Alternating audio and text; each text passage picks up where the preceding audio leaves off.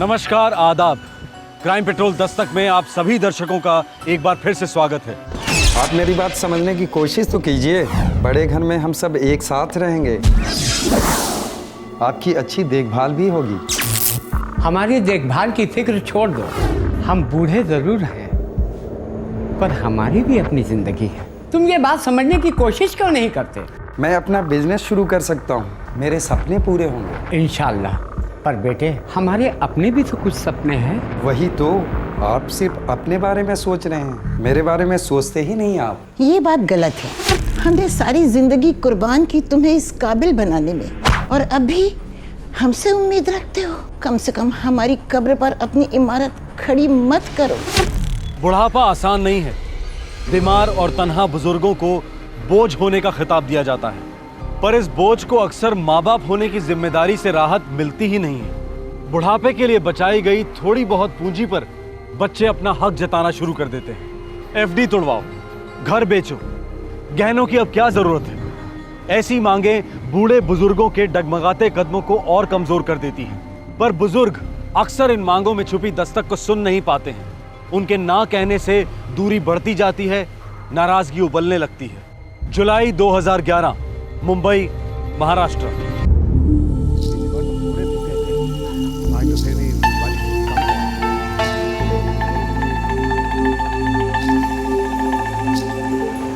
सलाम अलैकुम नसीर भाई।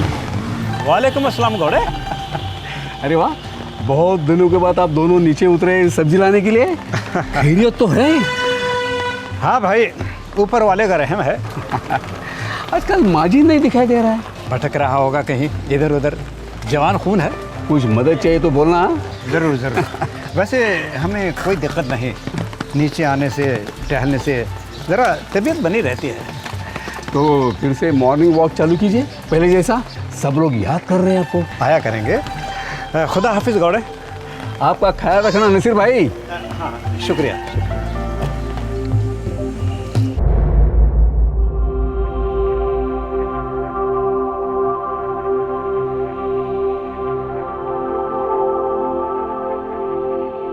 हाय माजिद, कैसे हो? बढ़िया। पर चेहरे से लग नहीं रहा, थोड़े परेशान लग रहे हैं। अब क्या बताऊं वर्मा, एक बार अब्रोड काम कर लो ना, कोई नौकरी रास नहीं आती। अब यार, इंडिया में तुम्हें दुबई वाली सैलरी तो कोई देने से रहा है ना। आज एक 5 स्टार होटल के डायरेक्टर से मिलके आया। अच्छा, एवं ही ऑफर था। काम में मजा भी तो आना चाहिए ना। हाँ ये बात तो है। Anyway, best of luck. ढूंढते रहो, देखना अच्छा ना अच्छा कुछ ना कुछ मिल ही जाएगा। नहीं वर्मा, ढूंढने से कुछ नहीं मिलता, मांगने से भी नहीं।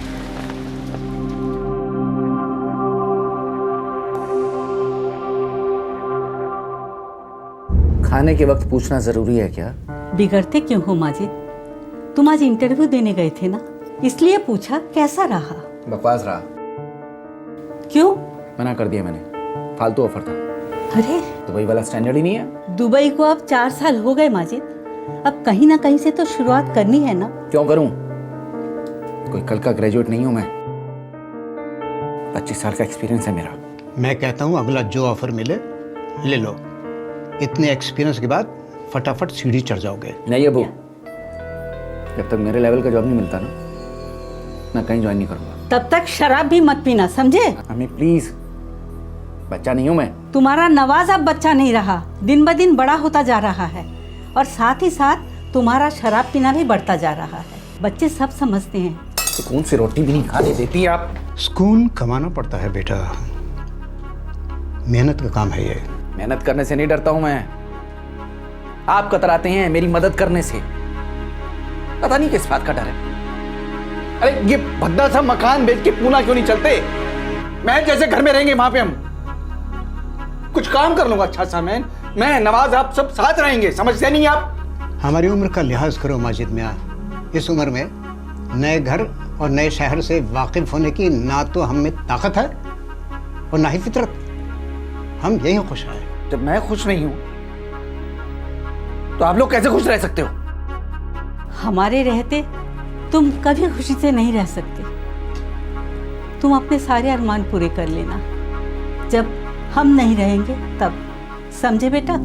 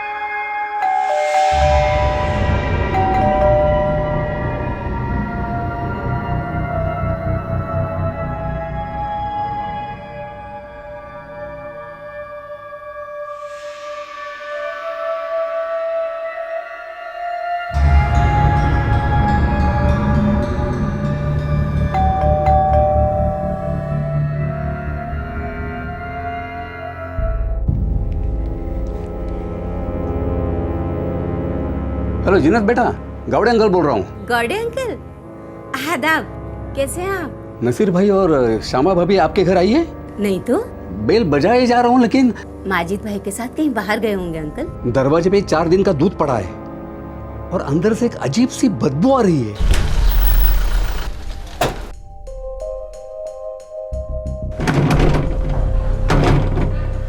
एक बार तोड़।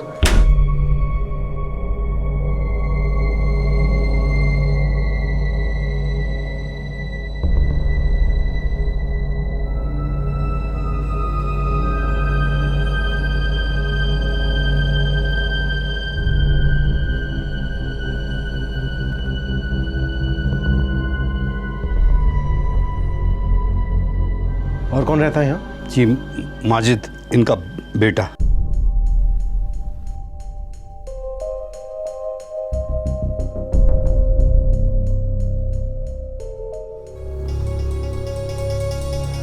मैंने जो किया है बहुत दर्द सहने के बाद किया है। अम्मी अब्बू ने मेरा जीना दुश्वार कर दिया था।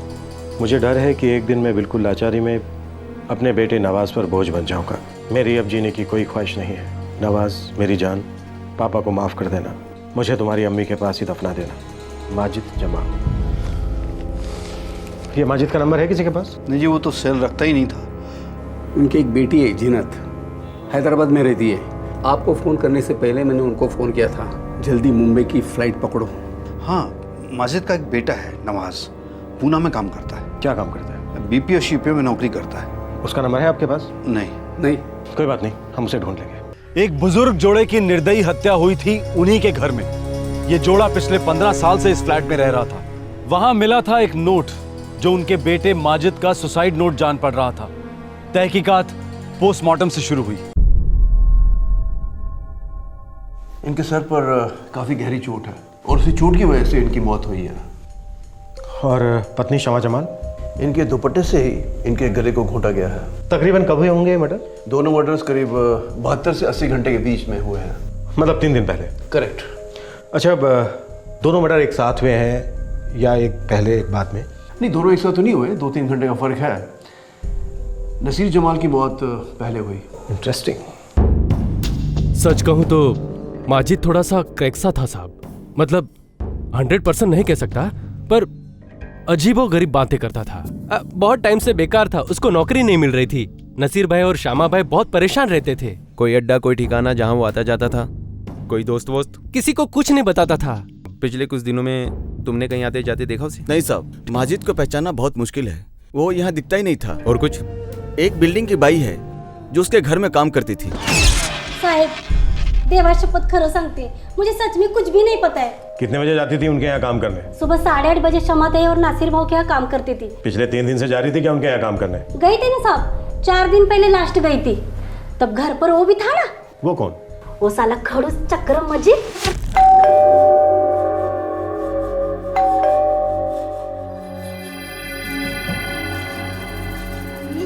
आज काम नहीं है, जाओ।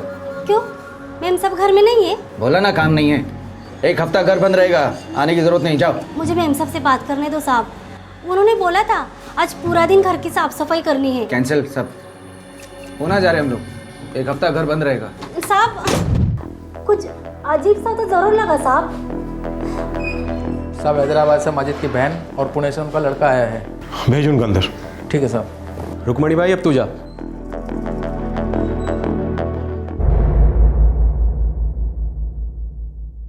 हमें माजिद पर शक है, पर माजिद अभी तक ट्रेस नहीं हुआ है। आप लोगों को कोई आइडिया? सर मेरे माजिद भाईजान थोड़े डिस्टर्ब जरूर थे, पर वो अम्मी अब्बू के साथ ऐसा कुछ नहीं कर सकते। अभी पिछले हफ्ते ही तीनों से बात हुई थी। अब्बू दवाएं टाइम पर ले रहे हो ना? हाँ बेटी, और तुम्हारी अम्मी भी अपना इंसुलिन टाइम पर ले रही हैं और कभी कभार एक आध जलेबी भी खा लेती हैं। खाने दीजिए, पर एक जलेबी के लिए पूरे 2 राउंड लगवाइएगा पार्क में। वैसे अब्बू आप बराबर जा रहे हैं ना वॉक पर? बेटा कोशिश तो करते हैं, लेकिन आजकल उतने वॉक्स हो नहीं पाते हैं। आप में और अम्मी में अभी बहुत ताकत है। आप वादा कीजिए आप हर रोज जाएंगे वॉक पर। अच्छा मेरी अम्मी, अब बता तुम कैसी हो?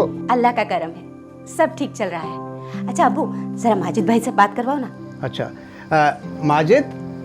माजिद जीनत का फोन। हाँ जीनत, खैरियत? बिल्कुल भाईजान, आप ठीक हैं? हाँ, मुझे क्या होने लगा भला? नहीं वो आप थोड़ा अपनी जॉब को लेकर परेशान थे ना। तुम भी मेरी जॉब को लेकर परेशान हो? तुम्हें भी निखट्टू लगता हूँ मैं? नहीं भाईजान, ऐसा क्यों सोचते हैं आप तो इतने एक्सपीरियंस्ड हैं। इस एक्सपीरियंस का अचार डालूं मैं? मुझे नवाज की उम्र के बच्चों का असिस्टेंट बनने को कहते हैं। इंशाल्लाह सब ठीक हो जाएगा, मैं रोज आपके लिए दुआ करती हूँ। थोड़ी दुआ अपने अम्मी और अब्बू के लिए भी किया करो, वो भी बड़े परेशान रहते हैं मुझे लेके। वैसे भाईजान आप सेलफोन क्यों नहीं रखते? सेलफोन गुलामी है जीनत, मैं किसी के बाप का नौकर नहीं हूँ कि जब चाहे कोई मुझसे बात करे। ठीक है भाईजान, पर आप अम्मी अब्बू सब लैंडलाइन पर ही मिलते हैं, कभी इमरजेंसी हो गई तो? जब हम छोटे थे तब तो सेलफोन नहीं था, और जब अब्बू छोटे थे तब तो शायद लैंडलाइन भी नहीं था। जीनत थोड़ी अम्मी से भी गुफ्तगू कर लो, हैं?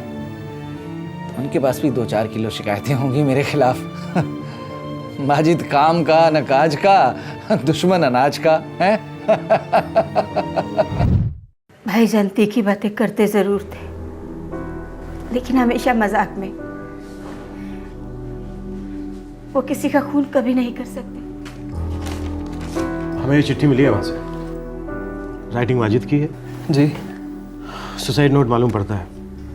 देखिए हमें डर है कि कहीं माजिद ने अपने आप को मार न डाला हो। अल्लाह न करे ऐसा हो। जीनत जी हम भी यही चाहते हैं कि ऐसा ना हो, ताकि हम जान सकें कि ये 2 मर्डर कैसे हुए, क्यों हुए। अंधेरी ईस्ट MIDC पुलिस स्टेशन में आपके पिताजी ने 1 नहीं बल्कि 4 बार माजिद के मिसिंग होने की कंप्लेंट लिखवाई है। वो अक्सर उनके कब्र पे जाके बैठते थे सांता क्रूज में। अपनी एक टीम भेजो वहाँ पर। सर वो अक्सर दरगाहों में भी जाते थे। गोडबले ऐसा करो, सभी दरगाहों पर टीम लगा दो। Yes sir. अब पूना शिफ्ट क्यों हुए? सर मैं 4 साल पहले यहीं रहता था मुंबई में से। पुणे में मेरी जॉब लगी, मुझे वहाँ जाना पड़ा सर। तुम्हारी अपने फादर से बात होती थी टाइम टू टाइम? होती थी, लेकिन सर मुश्किल से महीने में 1-2 बार। तुमने कभी उन्हें पुणे नहीं बुलाया अपने साथ रहने के लिए? कितनी बार बुलाया सर उन्हें, लेकिन वो मेरे साथ उस छोटे PG में नहीं आना चाहते। वो पुणे में अपना एक फ्लैट लेना चाहते थे सर, ताकि वहाँ मैं, अब्बू, दादा दादी जान हम लोग सब साथ में रहे। अकेला पड़ गया।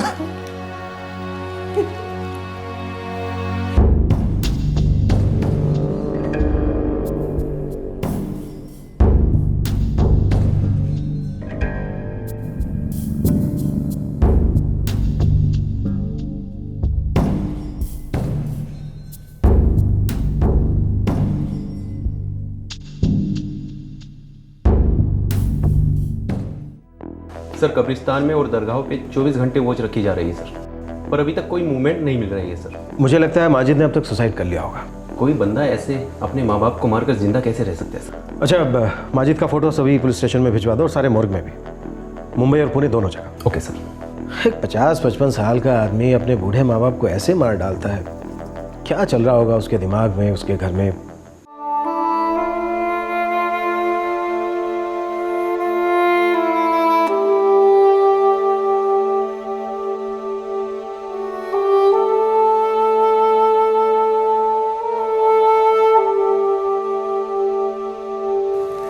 बिस्मिल्लाह वाला मिलाती रसूल अल्लाह।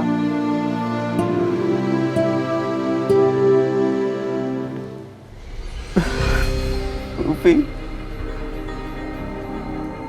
सच बताइए प्लीज,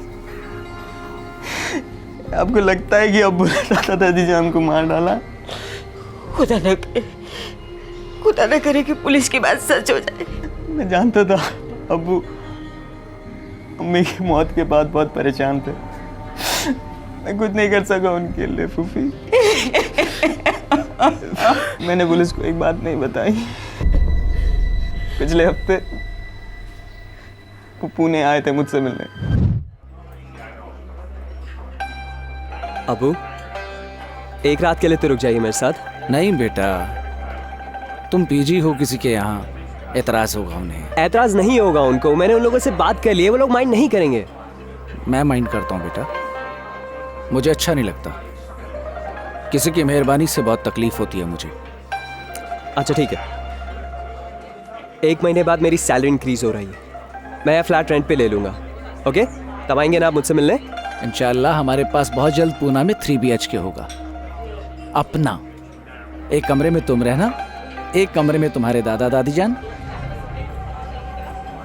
और एक कमरे में मैं और तुम्हारी अम्मी शहनाज। अबू, अम्मी को मरे हुए 10 साल हो गए। ऐसा कुछ नहीं कहना बेटा, वो सिर्फ गहरी नींद में है बेटा। यहां पूना आने से पहले मिल के आया हूं उसे। बहुत प्यार करती है तुम्हें बेटा। अच्छा मैं निकलता हूं मुंबई के लिए, वरना तुम्हारी अम्मी नाराज हो जाएंगी कि मैं उसके लिए फूल नहीं लेके आया। ये आजकल उसे गुलाब का बड़ा शौक चढ़ा है बेटा। मुझसे कहती है मेरे लिए सारे सफेद गुलाब ले आइए। आसान नहीं होता यार, सफेद गुलाब मिलना आसान नहीं होता, लेकिन मैं फिर भी कभी उसे मायूस नहीं करता। 4 साल पहले जब मैं यहाँ पे था ना,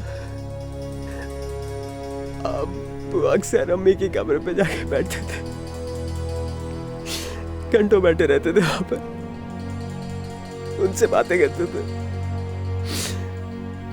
मुझे भी ले जाते थे कभी कभी।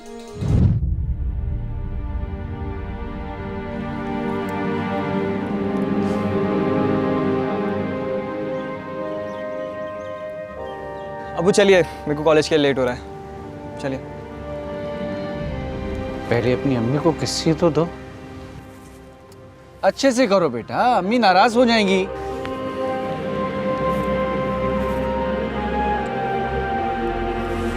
ओके, अब चलिए। चलो भाई।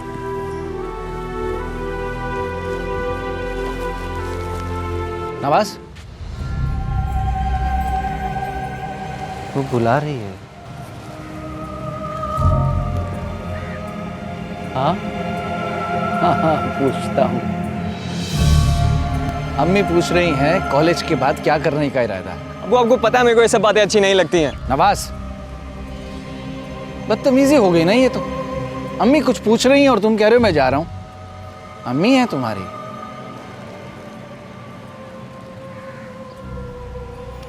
मेरी जान, मेरा सब कुछ। जो बंदा अपनी बीवी से इतना प्यार करता है, अपने अम्मी अब्बू का खून क्यों करेगा? तो फिर मैं नहीं मानता पुणे किसी का खून किया है। अल्लाह करे तेरी बात सच हो बेटा, अल्लाह करे माजिद भाई जिंदा हो। फूफी, आप परेशान मत होइएगा। हाँ, पुलिस वगैरह का मैं सब देख लूंगा। रोज फोन करना नवाज। ठीक। और एक बात। बोलिए फूफी। अम्मी अब्बू तो अब रहे नहीं, माजिद भाई का भी कोई भरोसा नहीं।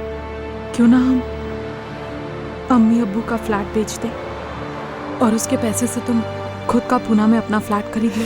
यही तो अब्बू का सपना था ना फूफी। कड़वी सच्चाई ये है कि तुम्हारे अब्बू अब ना होने के बराबर हैं। पीछे मुड़ के मत देख, तुम्हें अब आगे की ओर देखना है। एक तरफ माजिद जमाल का बेटा नवाज और बहन जीनत ये आस लगाए बैठे थे कि माजिद जिंदा हो और खूनी कोई और हो, दूसरी तरफ मुंबई पुलिस जमीन आसमान एक कर रही थी माजिद जमाल या उसकी लाश को ढूंढने में। पुलिस को किसी और पर शक नहीं था, बस उम्मीद थी कि माजिद जिंदा मिले और ये केस क्लोज हो जाए। सर। हाँ बोलो गॉड बोले। सर पुलिस स्टेशन और मोर्ग से जवाब आ गया सर, लेकिन सर कुछ पता नहीं चल पा रहा है। शायद शहर छोड़कर कहीं चला गया हो, लेकिन 8 दिन हो गए हैं। मैंने उसका बैंक अकाउंट चेक किया था, उसके अकाउंट में मुश्किल से 2000 रुपए थे। सर मैंने उसकी बहन और बेटे से बात की है कि घर से कुछ मिसिंग है या नहीं। उन्होंने कहा है कि उन्हें कोई आइडिया नहीं है कि शमा और नसीर के पास कैश या सोना था या नहीं। सर मुझे लग रहा है कि हमें यह केस क्लोज कर देना चाहिए। नहीं गॉड बोले, अगर सिर्फ माजिद गायब हुआ होता तो शायद हम इस केस को क्लोज कर सकते थे, लेकिन यहाँ तो 2 बूढ़े लोगों का कत्ल किया गया है बेरहमी के साथ। कोल्ड ब्लडेड मर्डर गॉड बोले। यह केस तो अब सोल्व होने के बाद ही क्लोज हो सकता है। तुम ऐसा करो, न्यूज़पेपर और टीवी चैनल को फ्लैश करते रहो, जितना टाइम लगता है उसको लगने दो। Okay sir.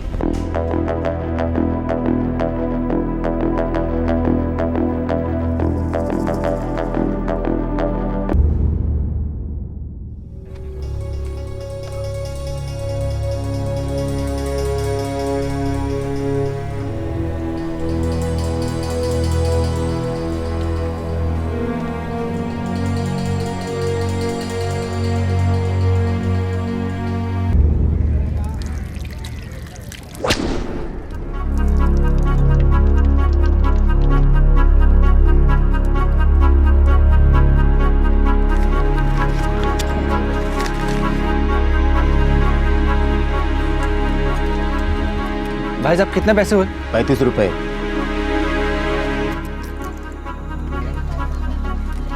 ₹32 हैं भाई साहब, चलेगा क्या? साले पैसे कम थे तो ऑर्डर क्यों दिया?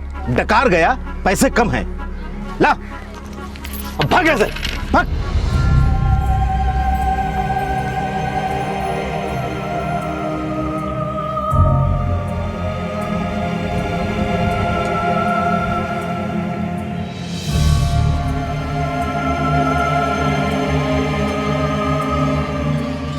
खाना लग गया है, अपने अब्बू से बोलो गरम रोटी खा ले आकर।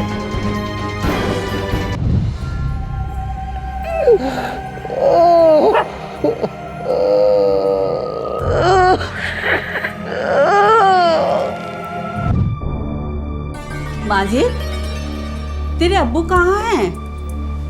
अब्बू सो रहे हैं अम्मी। अरे आज तक इतनी देर तक तो वो कभी नहीं सोए।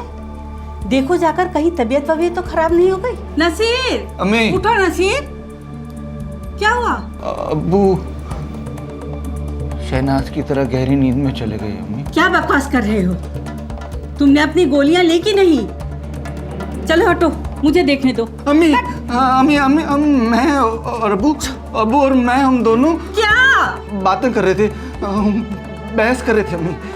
माजिद, मुझे इस मसले पर और कोई बात नहीं करनी है, बस। आपके बस कहने से मैं चुप नहीं रह सकता अब्बू। 55 बरस उम्र हो रही है मेरी। इस उम्र में अब नई नौकरी तो मिलने से रही। आप बूढ़े हैं, मैं भी तो बूढ़ा हो रहा हूं। मेरी प्रॉब्लम समझिए आप। प्रॉब्लम कुछ भी हो, ये घर तो नहीं बिकेगा माजिद।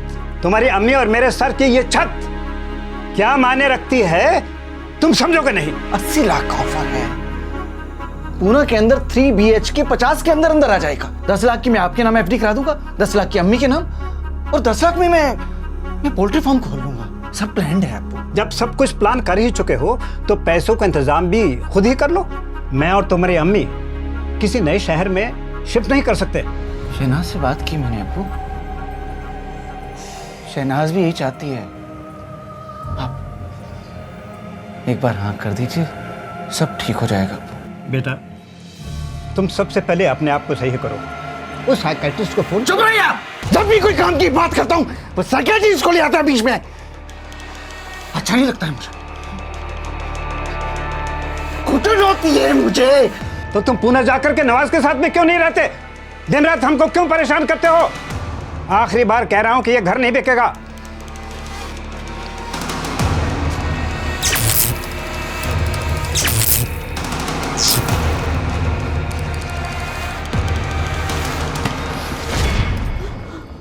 अम्मी, मैं अब्बू को मारना नहीं चाहता था अम्मी। मेरे कानों में एक आवाज आई, बोली कर दो। मैंने कर दिया।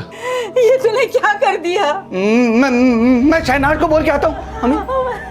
छोड़ मुझे जाने दे। आप देख नहीं पाएंगी अम्मी। अम्मी आप देख नहीं पाएंगी। दे मुझे जाने दे। अम्मी अंदर अब्बू सो रहे हैं। मुझे छोड़ दो। अम्मी नहीं, मैं पुलिस को बोलता हूँ, बुरे माजिद को फांसी पे चढ़ा दो और अच्छे माजिद को शहनाज के पास भेज दो। हैं अम्मी? तुम अंदर मत जाना, तुम ना इधर इधर सोफे पे सोना अम्मी। इधर इस वाले सोफे पे सो जाना।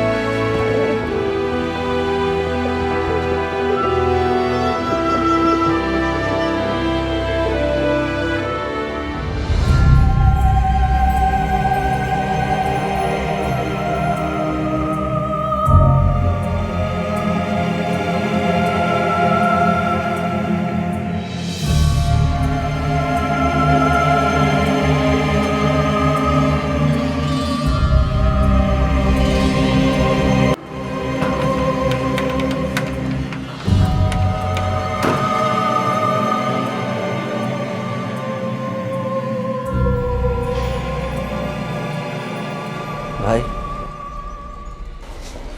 एक फोन करना है, बहुत अर्जेंट है।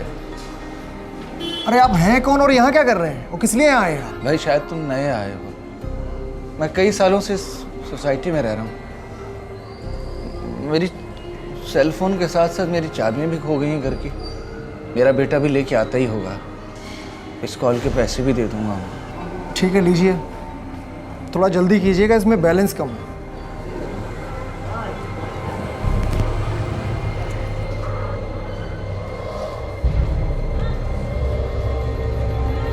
नवाज, अबू अबू अबू अबू अबू अबू अबू अबू कहाँ हैं आप? मैं मुंबई में हूँ बेटा, अपनी सोसाइटी में। पता नहीं किसी ने घर का ताला चेंज कर दिया हमारे। मुझे अंदर जाके अपनी दवाइयाँ लेनी है बेटा। अबू आप वहीं वेट करिए, यहाँ सोसाइटी में गार्ड के पास वेट करिए। मैं बस पहुँच रहा हूँ अबू, मैं बस पहुँच रहा हूँ प्लीज़। हो सके तो आते वक्त कुछ खाने के लिए ले आना, मुझे बहुत भूख लगी है बेटा। मैं पहुँच गया अबू, बस मैं पहुँच गया, आप वेट कीजिए।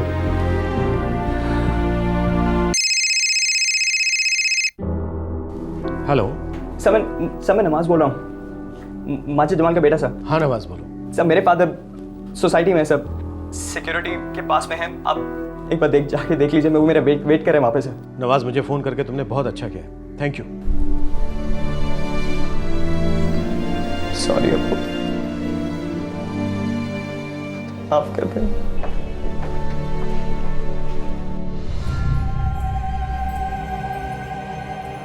जेल में खाना मिलेगा? हाँ मिलेगा, चल।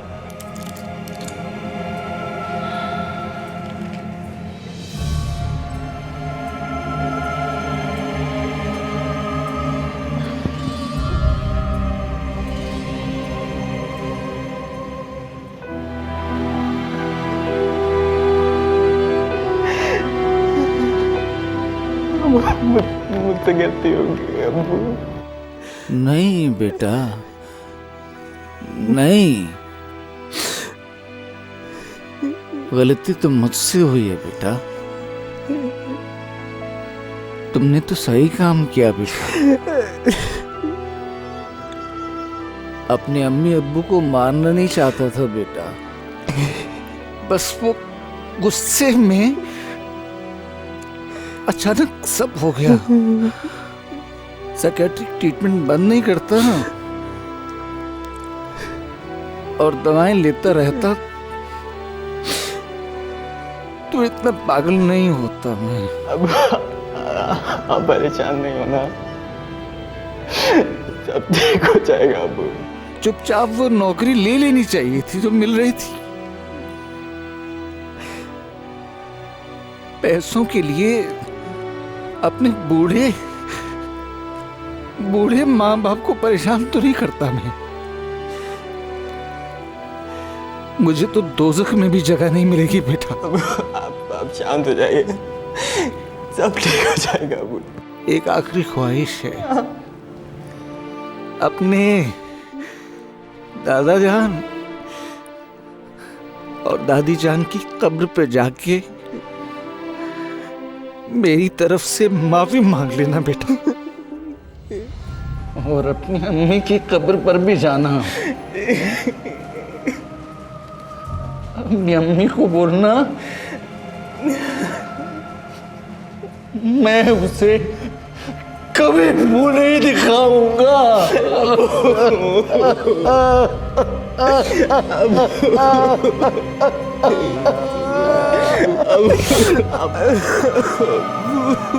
नमस्कार, आदाब। क्राइम पेट्रोल दस्तक में आप सबका एक बार फिर से स्वागत है। Excuse me sir. Yes sir, मैं एस्ट्रो बैंक से हूँ। हम लोग एक स्पेशल रेट ऑफर कर रहे हैं बिजनेस लोन्स के लिए। आपको इंटरेस्ट होगा सर? भाई वो तो रेट पर डिपेंड करता है सर। मार्केट रेट से 2% कम है सर। कब कांटेक्ट करूँ सर मैं आपको? कल सुबह करना, फ़ोन पर टाइम बता दूंगा। Thank you sir.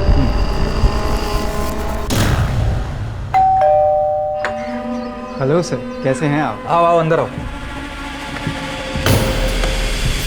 आज के जमाने में पैसा ना सिर्फ बोलता है बल्कि पैसा राज भी करता है। फास्ट पेस जिंदगी के सुख चैन की सभी चीजें शैतान के नुमाइंदों की तरह युवा पीढ़ी के आसपास मंडराती रहती हैं, उन्हें फुसलाती हैं। कुछ लोगों को फिसल कर जुर्म की खाई में गिरने में देर नहीं लगती, लेकिन इस खाई में सच्चाई और इंसानियत का नामो निशान तक नहीं होता। इस खाई में रहने वालों को पहचानना आसान नहीं होता, क्योंकि शैतान हमारे बीच में है। इसलिए जब कोई शराफत का चोगा पहने हुए आपसे आपकी डिटेल्स मांगता है तो आपको जुर्म की दस्तक आसानी से सुनाई नहीं देती। जून 2011, इंदौर, मध्य प्रदेश। आज शाम को मैं इलेक्ट्रिशियन भेज दूंगा, वो आकर एसी ठीक कर देगा। और कोई सेवा हो तो आप मुझे बेझिझक फ़ोन कीजिएगा। कैसी सेवा सुरती भाई? अब तो मकान मालिक कम, रिश्तेदार ज़्यादा लगते हैं। अभी हमें 1 हफ्ता भी नहीं हुआ इंदौर आए हुए, सभी कुछ आप ही तो कर रहे हैं हमारे लिए। अरे रागिनी जी, वैसे मैं ये मकान किराए पे बहुत कम देता हूँ। आप लोग अच्छे लोग हैं और मैं अच्छी तरह से जानता हूँ कि आप इस घर को अच्छे से रखेंगे। नमस्ते। नमस्ते। पापा, सिर्फ 4 दिन की तो बात है, बस एग्जाम लिखा, 2-3 दिन फ्रेंड्स के साथ चिल आउट किया, फिर सीधे इंदौर। बेटा, मुझे 1 हफ्ता और निकालना है भोपाल में। मैं भी नहीं हूँ, तुम भी नहीं हो घर पे। तुम्हारी माँ और नानी माँ घर पे अकेली रहेगी बेटा। पापा, आप मुझे अब बेकार का गिल्ट ट्रिप दे रहे हो। You know ना पापा, how much I miss Ujjain. हाँ पता है बेटा, लेकिन नो लेकिन मम्मी ने मुझे परमिशन दे दी है। अच्छा ठीक है, लेकिन सिर्फ 4 दिन। हाँ थैंक्स पापा। और सुनो, अपना मोबाइल हमेशा ऑन रखना और अपने पास ही रखना, और रोज मुझे कॉल करना, ठीक है? हाँ पापा, अब दुनिया के सबसे बेस्ट पापा हो। हाँ पता है। Thank you so much, love you, bye. Love you too बेटा। नानी माँ, आपको पता है पापा ने मुझे उज्जैन में 4 दिन रहने की परमिशन दे दी है। ठीक है, लेकिन अब आधा दिन यही मत सोचती रहना कि उज्जैन जाकर क्या करूंगी दोस्तों के साथ, ये और वो। अपने एग्जाम्स की तैयारी करना, मेडिकल एंट्रेंस के एग्जाम्स है, कोई मजाक नहीं, समझी? कम ऑन नानी माँ, मेरे लिए एग्जाम सबसे इम्पोर्टेंट है, और बचपन से लेकर डॉक्टर बनने का सपना पूरा करने का टाइम जो आ गया है। मेरी बच्ची, तू जरूर डॉक्टर बनेगी, हम सबका आशीर्वाद है ना तेरे साथ। माँ, वो आपने प्रेशर कुकर कहाँ रखा है? वो तो मैंने उसी बक्से में रखा था, मगर वो वाला बक्सा तो अभी तक खोला ही नहीं बेटा। जी, मैं देखती हूँ। यस, एक सेकंड। मम्मी, कोई कॉस्मेटिक कंसल्टेंट का फोन है। देखो। हेलो। हाँ, जी पहचाना। अभी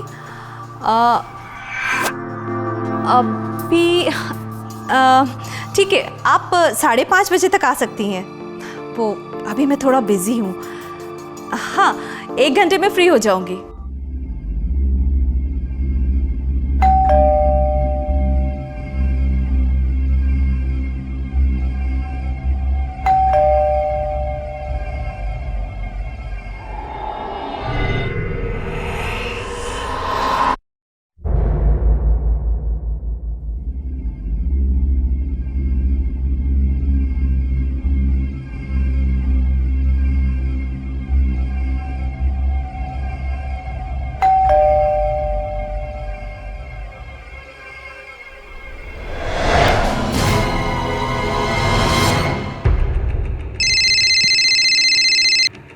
सुरती भाई, सुनील इलेक्ट्रिशियन बोल रहा हूँ। अच्छा पहले ये बताओ कि तुमने एसी ठीक कर दी कि नहीं?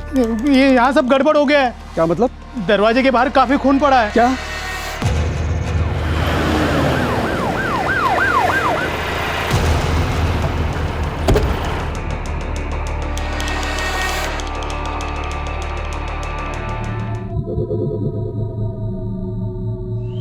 शिवारे, दरवाजा तोड़वा दो।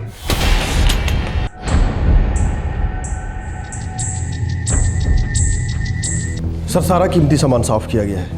मोबाइल फोन तक नहीं छोड़ा उन लोगों ने। इन तीनों में से किसी का मोबाइल नहीं मिल रहा है। खिड़की तोड़कर अंदर आए थे क्या? नहीं सर, आए तो दरवाजे से ही है, क्योंकि मैंने सारी खिड़कियां चेक की है। साहब तीनों लेडीज के पास मोबाइल फोन थे। आप मकान मालिक मिस्टर सुरती? जी साहब, अभी 1 हफ्ते पहले ही किराए पर लिया था मकान इन लोगों ने। इन 3 औरतों ने? नहीं साहब, ये मधु जी है, इनके मिस्टर हैं, बैंक में काम करते हैं, नीलेश नाम है उनका, भोपाल गए हैं बैंक के काम से।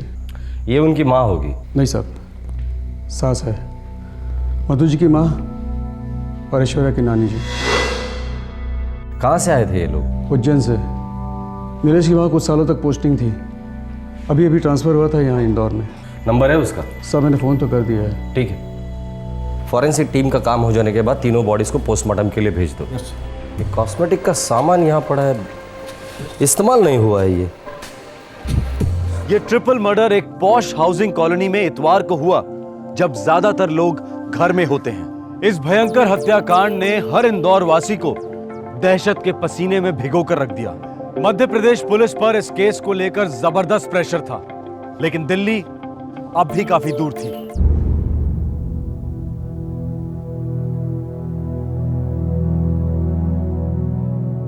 ये अधेड़ उम्र की महिला मधु, इनके सिर में गोली मारी गई, क्लोज रेंज से। इनकी लाश घर के दरवाजे के पास मिली थी। ये बुजुर्ग महिला मिसेज रागिनी, इनको स्टेप किया गया 6 बार। इनकी लाश जमीन पर मिली, डाइनिंग टेबल के पास। ये ऐश्वर्या, उम्र में सबसे छोटी, इसने काफ़ी फाइट किया उन हत्यारों के साथ। इसके चेहरे पर कुशन या हाथ रखकर इसे मारने की कोशिश की गई और लास्ट में इसका गला काटकर इसे मारा गया। इसके हाथों में भी काफ़ी घाव है, ये देखिए, ये खरोंचे। इसकी लाश सोफे पर मिली थी। इंस्पेक्टर साहब, 3 मौतें हुई हैं, लेकिन ब्लड सैंपल्स हमारे पास 4 हैं। चौथा ब्लड सैंपल कातिल का? डेफिनेटली उन्हीं में से किसी एक कातिल का है, क्योंकि 3 हत्याएं कोई अकेला नहीं कर सकता। 2 या 2 से ज़्यादा लोग इस हत्या में इन्वॉल्व हैं और इनकी टोली के किसी एक को बहुत गहरी चोट लगी है। उसका काफ़ी खून बहा है। लगता है किसी नई टोली का काम है ये। सर सोना, कैश, मोबाइल फ़ोन कुल मिलाकर 1.5 लाख का सामान लूटा गया है, लेकिन वहाँ पे कपबोर्ड है जिसमें कुछ और जेवर है, उन्हें टच भी नहीं किया गया। या तो कोई पेशेवर लुटेर है या फिर कोई करीबी, कोई तो हमें गुमराह करने की कोशिश कर रहा है।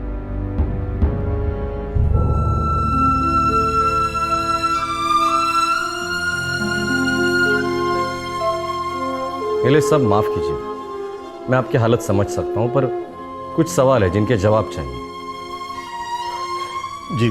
आपके घर से काफी चीजें लूटी गई और काफी चीजें, कीमती चीजें छोड़ी भी गई है, ऐसा क्यों? मुझे नहीं मालूम सर। किसी से दुश्मनी? जी नहीं। आपकी बेटी ऐश्वर्या, बीवी मधु और सास रागिनी, इनकी किसी के साथ कोई दुश्मनी? सर हम लोग इंदौर में नए हैं, मुझे नहीं पता हमसे किसी को क्या दुश्मनी हो सकती है। किसी से पुरानी दुश्मनी उज्जैन से? मुझे नहीं लगता सर। ये नोवेला ब्यूटी प्रोडक्ट्स आपकी बीवी मधु के लाश के पास मिले, ब्रांड न्यू है, इसके बारे में कुछ बता सकते हैं आप? मुझे कुछ नहीं पता सर, मुझे सिर्फ इतना पता है कि मेरे सब अपने खत्म हो गए, एक पल में सब कुछ खत्म हो गया सर।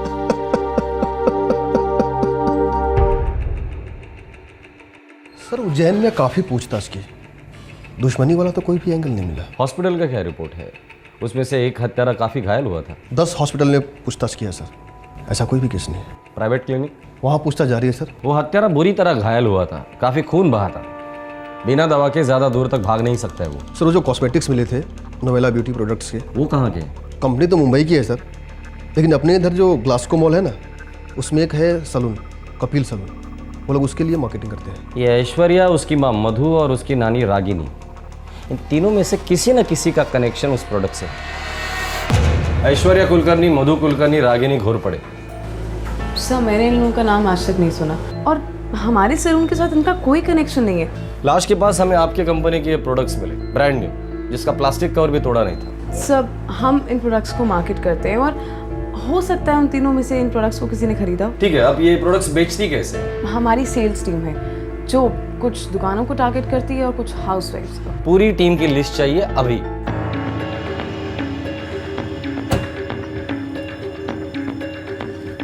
सर अंदर डॉक्टर बोला कि 26 जून को एक आदमी आया था जिसको गोली लगी थी, शाम को 6:15 बजे।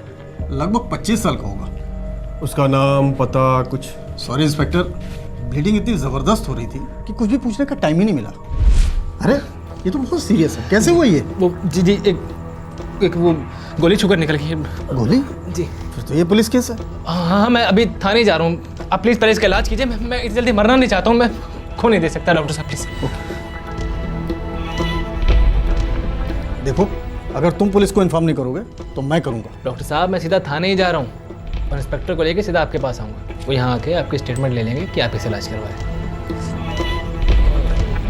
और वैसे भी पुलिस के चक्कर में अब कौन पढ़ना चाहता है डॉक्टर साहब। और आपने उसे जाने दिया? गलती हो गई, जजमेंट में थोड़ा चूक हो गई। वो एक्चुअली में दूसरे किसी पेशेंट के साथ बिजी हो गया। उसने कोई और जानकारी दी है आपको? बस वो इतना ही कह रहा था कि कोई पुरानी दुश्मनी थी मोहल्ले की, किसी जावेद ने उस पर गोली चलाई थी। पता तो दूर की बात है डॉक्टर, नाम तक नोट नहीं किया आपने उसका? हाँ एक बात याद आई, वो अपनी बातचीत में किसी शास्त्री नगर का जिक्र कर रहा था। शास्त्री नगर के खबरी एक्टिवेट करो, जावेद नाम के जितने हिस्ट्री शीटर हैं सबको पेश। सर कपिल सैलून में 5 सेल्स गर्ल्स हैं, उनमें से 4 से हमारी बात हुई है, लेकिन कोई भी मधु, रागिनी या ऐश्वर्या को नहीं जानती। 5वीं से बात क्यों नहीं हुई? उसका फ़ोन स्विच ऑफ आ रहा है। नाम क्या है उसका? निधि वर्मा। पता निकालो, इस निधि वर्मा की पूरी कुंडली चाहिए मुझे। लेकिन एक और बात है। बोलो। मधु कुलकर्णी के फ़ोन रिकॉर्ड के अनुसार कत्ल की शाम 4:30 बजे एक फ़ोन आया था और वो नंबर निधि वर्मा का है। ये बात तो मुझे अभी बता रहे, गाड़ी निकालो। Vidyanagar house number 6। कब से काम कर रही है? 4 महीनों से। पर सर वो बहुत अच्छी लड़की है, I mean she is very hard working. मुझे ऐसा लग रहा है कि आप लोगों को कुछ तो गलतफहमी हुई है। विनीता जी हमारे गलतफहमी का टेंशन आप मत लीजिए, फिलहाल के लिए इतना बता दीजिए ये निधि वर्मा है कहाँ? सर उसने बताया था कि वो फाइनल ईयर बीकॉम की स्टूडेंट है और उसके एग्जाम्स आ रहे हैं तो छुट्टी पर है। छुट्टी तो अब होगी उसकी, लंबी छुट्टी। जावेद, किस पर फायर किया था तूने? साहब मैंने खुदा कसम साहब, मैंने किसी पर फायर नहीं किया साहब, मुझे फालतू में फंसा रहे हैं साहब। कौन तुझे फंसाने की कोशिश कर रहा है? एक कमीना है साहब, राजू, उसको मेरा 36 से आंकड़ा है साहब। रहता कहाँ है तेरा ये जानी दुश्मन राजू? ये 14 नंबर साहब, 4 गली छोड़ के साहब। अगर तेरी बात झूठ निकली ना जावेद, तो तू तो अपने कफन का ऑर्डर दे ही दे, समझा? जी हाँ, निधि वर्मा मेरी बेटी है। I am mister Verma. लेकिन बात क्या है?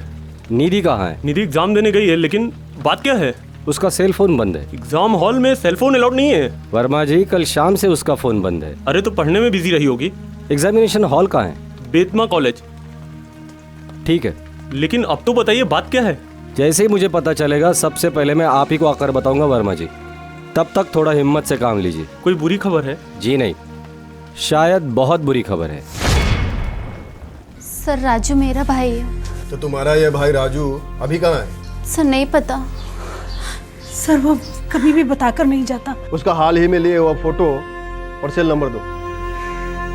Cell number? Sir 78689838। Sir switch off है। उसका फोटो लेके आओ। अब किस लफड़े में पड़ गया है मेरा बेटा? इसके पहले आपका बेटा कितने लफड़े में फंस चुका है? उसका सबसे बड़ा लफड़ा तो वो जन्म जली लड़की है, उसके चक्कर में पड़कर बर्बाद हो गया है मेरा बेटा।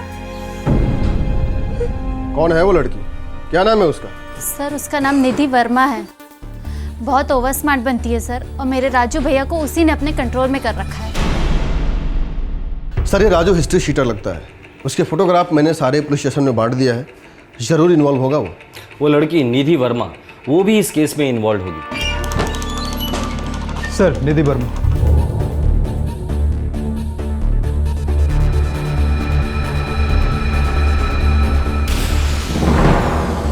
What is this, sir? मुझे यहाँ क्यों बुलाया है? सर, मेरे एग्जाम्स चल रहे हैं। और हम रिजल्ट ढूंढ रहे हैं। बैठो। कपिल सलून में काम करती हो, नोवेला ब्यूटी प्रोडक्ट्स की सेल्स एजेंट हो। हाँ सर, करती हूँ अपनी पढ़ाई को सपोर्ट करने के लिए। क्यों? क्राइम है क्या? संडे 26 जून शाम 4:30 बजे तुमने मधु कुलकर्णी को फोन किया था। हाँ सर, किया था। उन्होंने मुझे 5:30 की अपॉइंटमेंट दी थी। फिर? सर, मैं वहां गई थी पर कोई दरवाजा नहीं खोल रहा था। मैंने पूरे 15 मिनट्स वेट किया। उनके फोन पे ट्राई भी किया पर फोन स्विच्ड ऑफ आ रहा था। पिछले 3 दिनों से तुम्हारा भी फोन स्विच ऑफ है निधि। सर, मेरे एग्जाम्स चल रहे हैं। मैं एग्जाम्स में किसी की कॉल्स नहीं लेती हूँ। मुझे एग्जाम पेपर्स के अलावा कुछ दिखाई नहीं देता। खून दिखाई दिया था? क्या? मधु कुलकर्णी के दरवाजे पर खून के धब्बे दिखाई दिए थे। नो सर, पर अगर दिखा होता तो मैं चुपचाप चली क्यों आती? मधु कुलकर्णी को फोन क्यों किया था? उसके घर पे क्यों गई थी? मैं नोवेला कॉस्मेटिक्स की मार्केटिंग कंसल्टेंट हूँ और हमारे नोवेला ब्यूटी प्रोडक्ट्स में मधु कुलकर्णी ने इंटरेस्ट दिखाया। बस। ये मधु मिली थी कहाँ तुम्हें? ग्लासको मॉल में।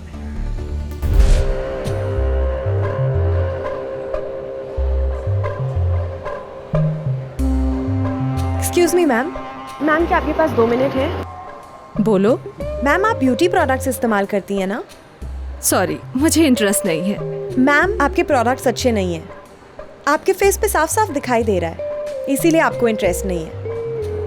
सच? सच मैम। आप नोवेला प्रोडक्ट्स ट्राई कीजिए, जान दे देंगी आप। मैम, हमारा tie up top international brand से है। हमने अभी तक इंडिया में लॉन्च भी नहीं किया। देखिए, अभी मुझे जाना है। जब आप लॉन्च करोगे तब मैं खरीद लूंगी। मैम, तो अभी ले जाइए ना। ये लीजिए। मगर मेरे पास पैसे नहीं है अभी। मैम, ये फ्री सैंपल्स हैं, बिल्कुल फ्री। आप इन्हें ट्राई कीजिए, यूज कीजिए। अगर पसंद आए तो मैं आपको आगे की स्कीम के बारे में बताऊंगी। वैसे स्कीम क्या है आपकी? अगर आप 2000 से ज्यादा बिलिंग करती हैं या अपने किसी भी फैमिली या फ्रेंड को बतौर क्लाइंट हमारे पास भेजती हैं तो आपको पूरा 50% डिस्काउंट मिलेगा। अच्छा, मैं आपको कांटेक्ट कैसे कर सकती हूँ? मैं आपकी डिटेल्स ले लेती हूँ ना, मैं आपको कांटेक्ट करके सब बता दूंगी। जी बताइए। लिखिए। मधु मैम ने मुझे संडे शाम को फोन करने के लिए कहा था, लेकिन मैं उनसे नहीं मिल पाई। तो उनके घर में वो सारे प्रोडक्ट्स कहाँ से आए? सब मैंने उन्हें कुछ सैंपल्स दिए थे, वही होंगे, या फिर उन्होंने किसी और सेल्स गर्ल से लिए होंगे। राजू से क्या रिलेशन? राजू? हाँ, राजू बॉयफ्रेंड है। क्यों, कोई प्रॉब्लम है? बिल्कुल है। राजू को गोली लगी है। क्या बात कर रहे हैं? कब, किसने मारी? राजू ठीक तो है ना? उसने फोन करके बताया नहीं तुम्हें? सर, मैंने 3 दिनों से फोन ऑफ रखा है एग्जाम्स की वजह से, लेकिन मैं नहीं मानती राजू को गोली लगी। आप मुझे उल्लू बना रहे हैं ना, झूठ बोल रहे हैं ना? वो तो थोड़ी देर में पता चल ही जाएगा कौन झूठ बोल रहा है, कौन उल्लू बना रहा है। निधि, संडे 26 जून को तुमने राजू से बात की थी, पूरे 20 मिनट बात की। सो बॉयफ्रेंड से बात करना भी अब क्या गुनाह है सर? नहीं, पर मर्डर्स भी उसी शाम हुए थे। माना कि मैं वहां जाकर आई थी, पर राजू का तो इससे कोई लेना देना ही नहीं है। करेक्ट है, राजू से ही पूछते हैं। 7868983848 राजू का नंबर है। स्विच ऑफ है और उसका तो कोई एग्जाम का बहाना भी नहीं है। सर, राजू का क्रिमिनल रिकॉर्ड है सर, चौक पुलिस स्टेशन से इंफॉर्मेशन मिली है। मुझे लगता है ये किसी गलत राजू की बात कर रहे हैं। तुम्हारा राजू है ही गलत। आगे बोलो। सर, कई सारी चोरी के केसेस है उसके खिलाफ। कुछ महीनों पहले अटेम्प्ट टू मर्डर के केस में अंदर गया था सर। उसका एक दोस्त माधव नाम का एक आदमी था सर, दोनों काफी अंदर बाहर रहे हैं सर। गैंग है क्या इन लोगों का? कितने लोग हैं गैंग में? सर प्लीज, अब बहुत हो गया रियली। मैं एक अच्छे घर की कॉलेज स्टूडेंट हूँ, आप ये क्या गैंग वैंग की बातों में मुझे अटका रहे हैं? सर, मेरा कल एग्जाम है। ओके, लगता है कोई कंफ्यूजन है, तुम जा सकती हो। और हाँ, कल के पेपर के लिए ऑल द बेस्ट। 24 घंटे नजर रखना इस लड़की पर। मोबाइल फोन, लैंडलाइन, इंटरनेट सब टैप करना। इसी लड़की के थ्रू हम राजू और माधव की गैंग तक पहुंच सकते हैं। अब कहाँ चली? पापा मैं फरीदा के यहाँ जा रही हूँ कुछ किताबें लाने। बेटा तुम मुझसे कुछ छुपा रही है। पुलिस क्यों आई थी यहाँ? पापा मैं कुछ छुपा नहीं रही हूँ, पुलिस को गलतफहमी हुई।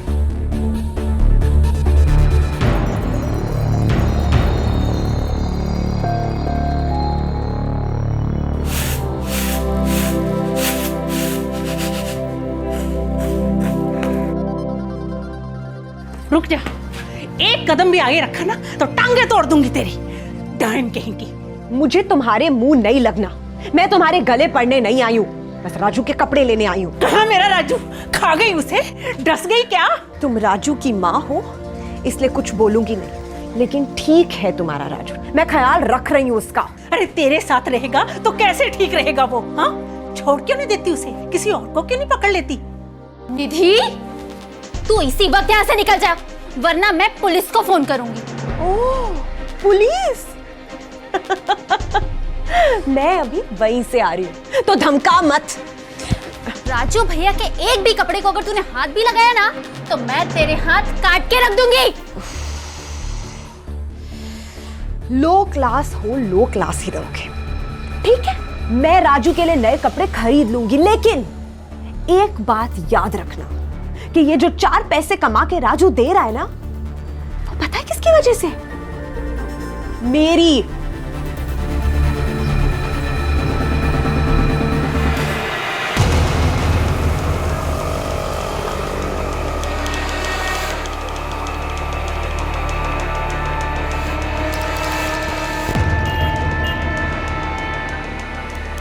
सर, मुझे लगता है निधि वर्मा को पता है राजू कहाँ है। नजर हटने मत देना, उसकी हर एक मूवमेंट की मुझे खबर करते रहना, समझे?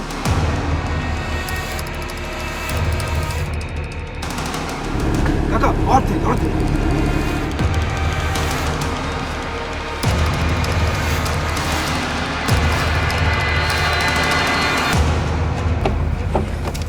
बंद कर। कैसा है राजू? अरे मैं एकदम ठीक हूँ। तू कैसी है मेरी जान? पुलिस जान गई है, हमें फौरन यहाँ से निकलना होगा। जाएंगे कहाँ? रोकना नहीं है, लूट बिका नहीं है अभी तक। डफर, लूट बिक जाएगा। अगर पकड़े गए ना तो जिंदगी खत्म। लेकिन पुलिस को हमारे बारे में पता कैसे चला? क्योंकि हम तीनों में से एक बेअकल इडियट है जिसने फर्श पे से वो नोवेला प्रोडक्ट्स उठाए नहीं, जिनकी वजह से वो मुझ तक पहुंच गए।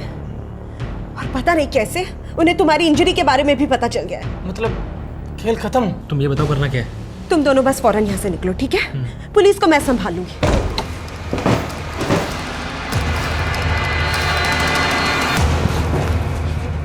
तू हमें संभाल लेगी। लूट और मर्डर करने के बाद पुलिस को कैसे चकमा दे दे, स्पेशल सब्जेक्ट है तुम्हारा। चलो भाई, मैडम और 2 स्टूडेंट को पुलिस स्टेशन लेके चलो, इनका एग्जाम आज मैं लेता हूं।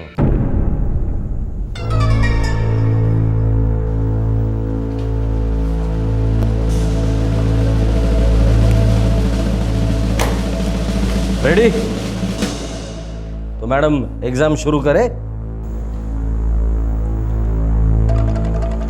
किंग्स प्लाजा मॉल में कपड़ों की दुकान थी, वहां मैं शॉपिंग करने जाती थी। राजू के मामा की दुकान थी, पहली बार वहीं मिले और प्यार हो गया। राजू, पता है लाइफ में सबसे ज्यादा चिढ़ मुझे किस चीज से है? यही ना कि तेरे जैसे कॉलेज में नहीं पढ़ा मैं। मुझे ना चिढ़ है मिडिल क्लास बन के रहने से। सच राजू, ढेर सारे पैसे चाहिए मुझे।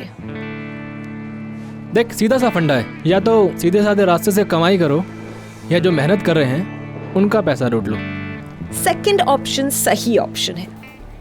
दूसरे कमाए और हम उनके पैसों पर ऐश करें। रिस्क है मैडम, बहुत तगड़ा रिस्क है। फटती है क्या तेरी?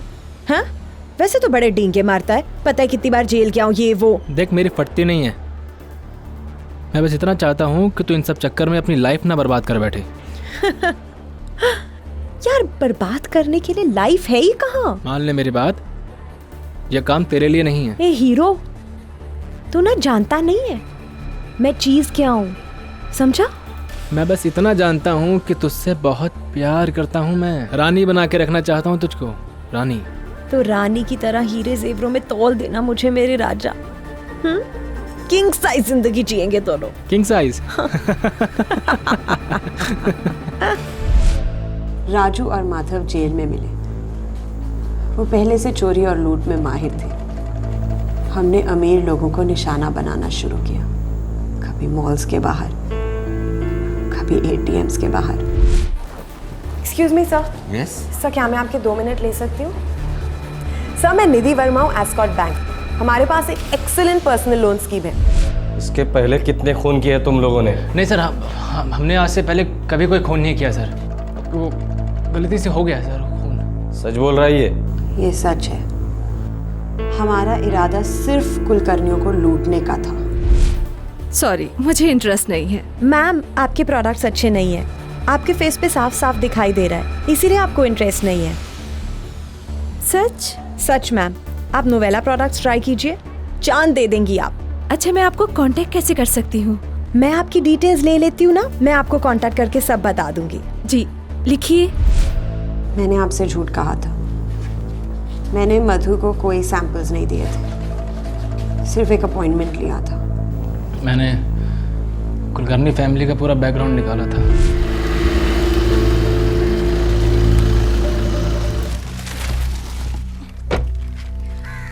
माँ, मुझे ड्राइविंग आती है। लाइसेंस मिलने तक सवाल ही नहीं पैदा होता ऐशु।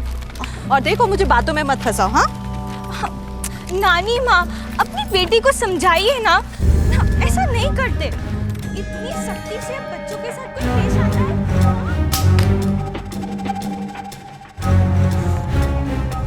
साला एक दिन ना अपनी खुद की गाड़ी होगी चिकनी। तेरी गाड़ी जरूर होगी। तेरा जो दिमाग है ना, बहुत तेज। चुन चुन के शिकार को ढूंढती है तू, चुन चुन के। राजू, इस धंधे में डेयरिंग से ज्यादा ना दिमाग चाहिए होता है।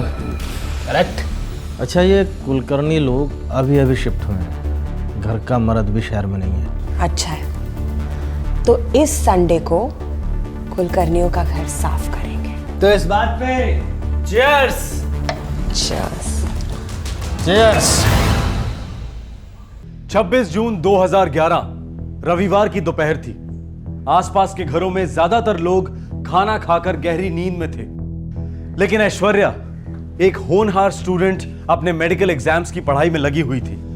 जब ऐश्वर्या किताबों में डूबी हुई थी, मधु और रागिनी अपने घर की चीजें अनपैक कर रही थी। इन तीनों को भनक तक नहीं थी कि कुछ ही दूर एक युवती और उसके 2 युवा साथी इन्हें लूटने की फिराक में थे। इत्तेफाक की बात थी कि निधि, जो ओपन यूनिवर्सिटी की छात्रा थी, इस जुर्म को प्लान करने से पहले बाकायदा अपने इम्तिहान भी देने गई थी।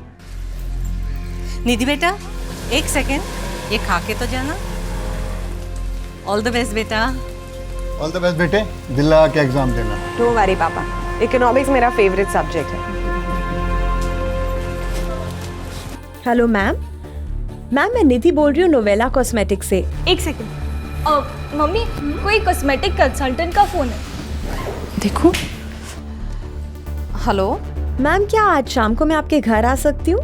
आपने कहा था ना संडे शाम को आप फ्री रहेंगी। आप 5:30 बजे तक आ सकती हैं। जी मैम, मैं 5:30 बजे आती हूँ।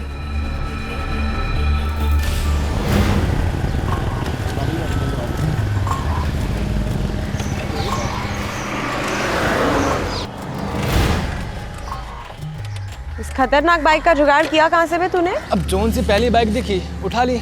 नंबर प्लेट चेंज किया ना? मैडम, इतना भी डफर नहीं हूँ मैं। माना कि आप तोप हैं, लेकिन हम भी कोई देसी कट्टे नहीं हैं। समझी? अम्मा यार, इतनी क्यूट बातें ना किया मत कर, समझा? काम पे ध्यान नहीं लगता है। अब तो काम पे ध्यान सच में नहीं लगेगा। चल।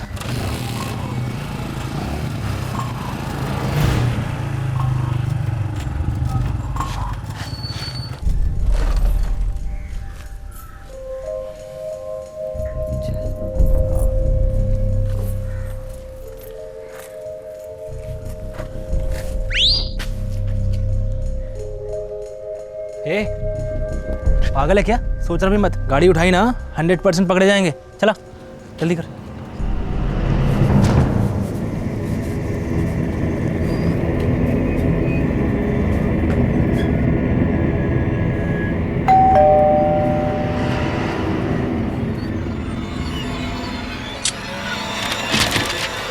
Hello ma'am. हेलो, कैसे हैं आप? मैं बिल्कुल अच्छी हूँ। आओ अंदर आओ।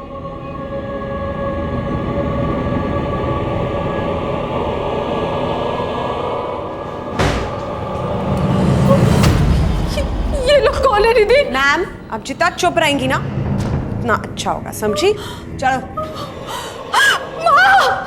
ऐश्वर्या! चुप करा दे साली को गोली से। एक और मुसीबत कर दे इसका बेटा। बगीचे में घूम रहे हो क्या? जाओ जाके अलमारियां साफ करो। हाँ, आजा।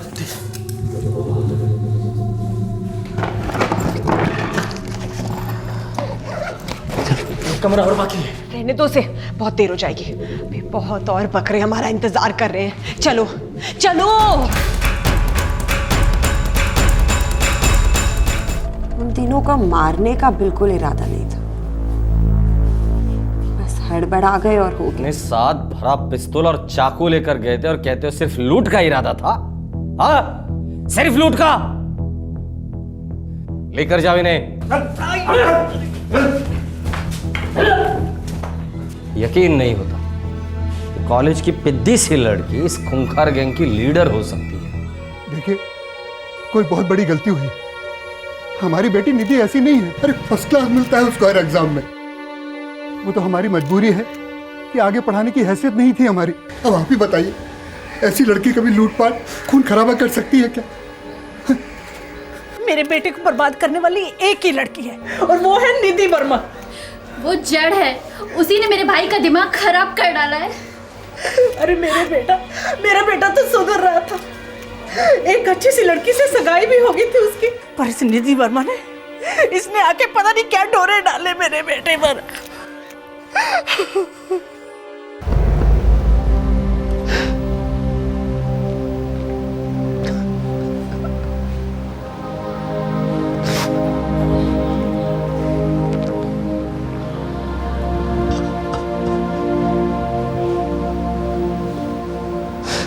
आज का ये केस हमारे उभरते शाइनिंग इंडिया को एक आईना दिखाता है। बड़े बड़े मॉल्स, नई नई गाड़ियां, सेल फोन्स, लैपटॉप्स और ढेर सारे लोन्स और स्कीम्स। आज के दौर का लाइफस्टाइल हर होर्डिंग, हर एड से चीख चीख कर कह रहा है, लिव लाइफ किंग साइज। बेचने वालों की लगातार कोशिश रहती है हर इंसान में खरीदने की चाहत पैदा करने की, और फिर इस चाहत को कभी ना खत्म होने वाली भूख बनाने की। जो अफोर्ड कर सकते हैं वो तो अपनी चाहत को पूरा कर लेते हैं, लेकिन जो नहीं कर पाते उनकी चाहत मर तो नहीं जाती। वो और रास्ते ढूंढ लेते हैं अपनी चाहत को पूरा करने के लिए। एक राह भटकी युवती निधि और उसके दो युवा साथी माधव और राजू के लालच की वजह से ऐश्वर्या, उसकी मां मधु और नानी रागिनी, तीनों आम लोगों ने अपनी जान गंवाई।